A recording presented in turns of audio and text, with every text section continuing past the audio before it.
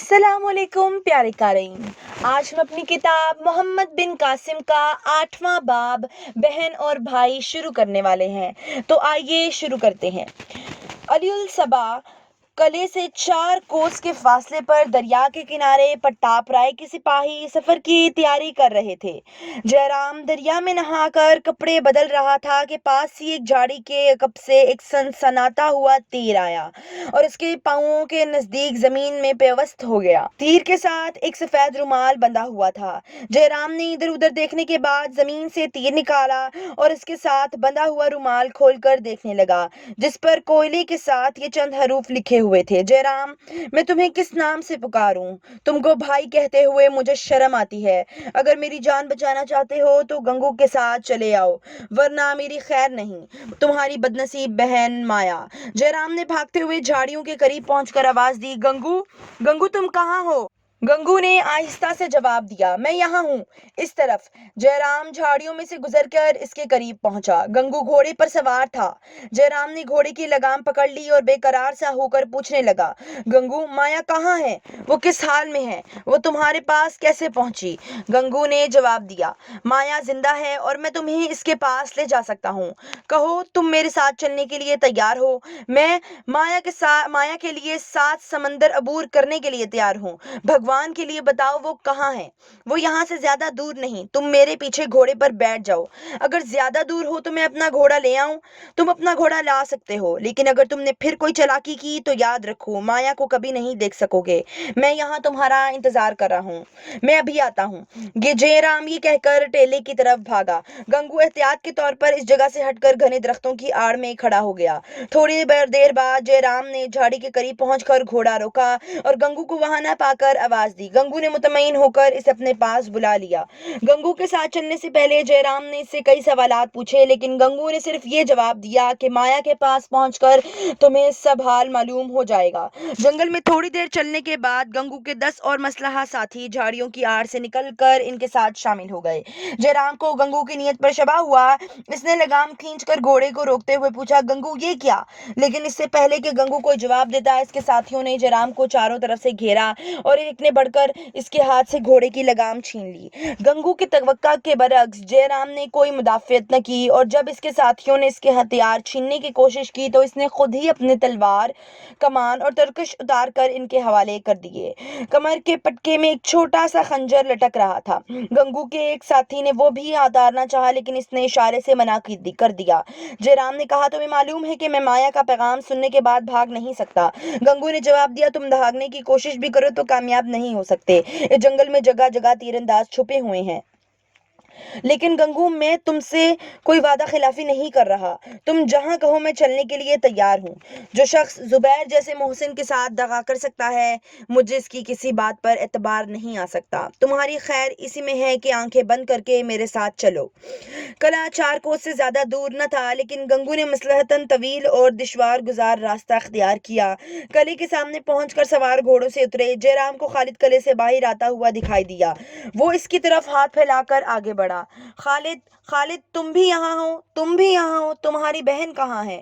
خالد نے حقارت سے اس کی طرف دیکھا اور جواب دینے کی بجائے کترا کر گنگو کے پاس آ کھڑا ہوا۔ جے رام کے دل پر چرکا لگا۔ اس کے پاؤں زمین میں گڑ گئے۔ وہ ہاتھ جو خالد کے استقبال کے لیے اٹھے، جھکتے جھکتے پہلوؤں سے آ لگے۔ اس نے بے چارگی اور بے بسی کے حالات میں چاروں طرف دیکھا۔ اس کی نگاہیں پھر ایک بار خالد پر جم کر رہ گئیں۔ خالد نے منہ پھیر لیا۔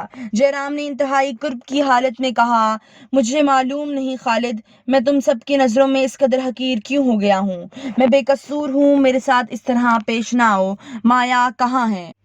پیچھے سے آواز آئی: میں یہاں ہوں۔ جے رام نے چونک کر پیچھے دیکھا۔ مایا چند قدم کے فاصلے پر کھڑی تھی۔ مایا، مایا، میری بہن، میری ننھی بہن۔ وہ یہ کہہ کر مایا کی طرف بڑھا، لیکن وہ پیچھے ہٹتے ہوئے چلائی: ظالم کمینے، دغا باز، مجھے ہاتھ نہ لگاؤ۔ تم نے ایک راجپوت باپ کے خون اور ایک راجپوت ماں کے دودھ کی لاج نہیں رکھی۔ تم میرے کچھ نہیں لگتے۔ تمہارا دامن اپنے محسنوں کے خون سے داغدار ہے۔ اگر کوئی جے رام کا سینہ خنجر سے چھلنی کر ڈالتا تو بھی شاید اسے اس قدر تکلیف نہ ہوتی۔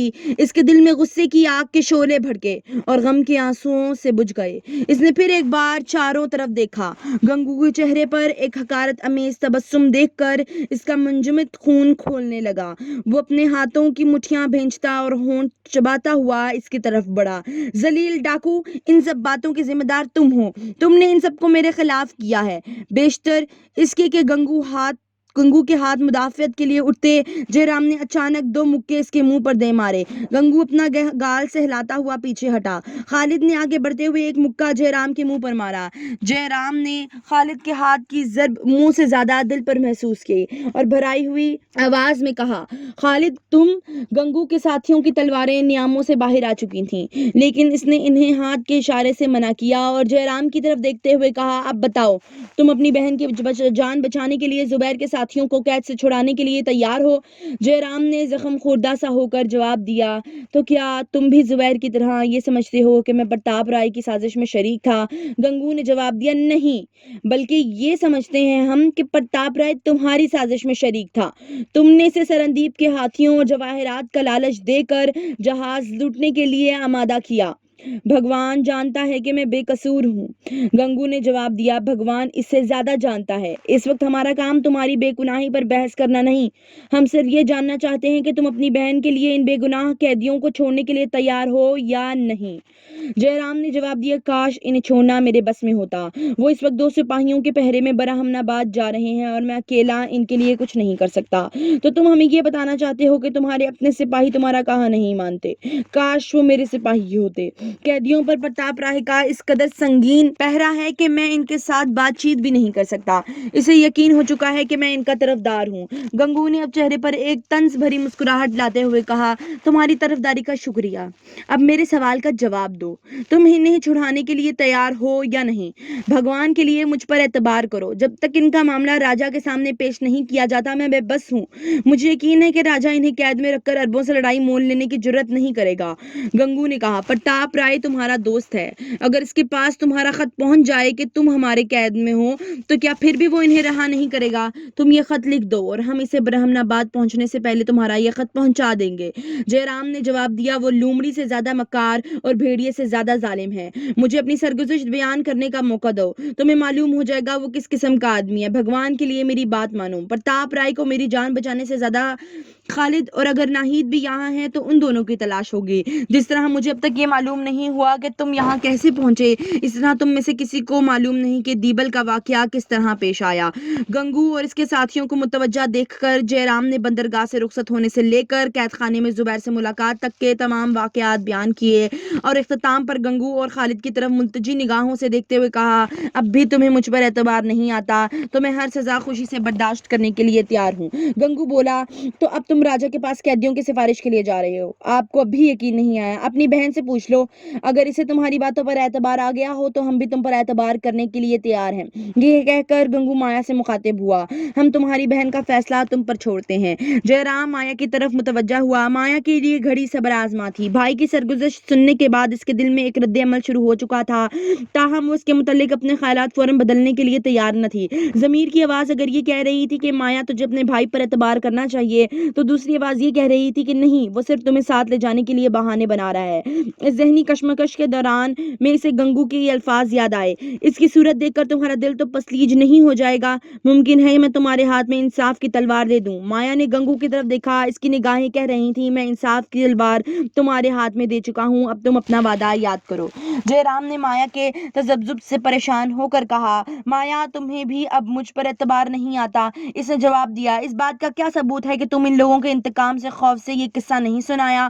جے رام نے دھڑ بھری آواز میں کہا، مایا تم یہ کہنا چاہتی ہو کہ میں بزدل ہوں، میں موت کے خوف سے جھوٹ بول رہا ہوں؟ بھگوان کے لیے مجھے دوسروں کے سامنے شرمسار نہ کرو، میں تمہارا بھائی ہوں، لیکن اگر تمہیں مجھ پر یقین نہیں آتا تو میرا خنجر یہ لو اور میرا دل چیر کر دیکھ لو کہ میرا لہو ابھی تک سرخ ہے یا سفید ہو چکا ہے۔ یہ کہتے ہوئے جے رام نے اپنا خنجر مایا کے ہاتھ میں دے دیا اور اپنا سینہ اس کے سامنے تان کر بولا، مایا تمہیں باپ کے سفید بالوں کی قسم، اپنی ماں کے دودھ کی قسم، اگر میں مجرم ہوں تو یہ خیال نہ کرو کہ میں تمہارا بھائی ہوں۔ میں یہ جاننے کے بعد زندہ نہیں رہنا چاہتا کہ میری بہن بھی مجھے بزدل خیال کرتی ہے۔ مجھے اپنے ہاتھوں سے موت کی نیند سلا دو۔ تمہاری رگوں میں اگر راجپوت کا خون ہے تو اپنے بھائی کے ساتھ رعایت نہ کرو۔ مایا نے جذبات کی شدت میں غیر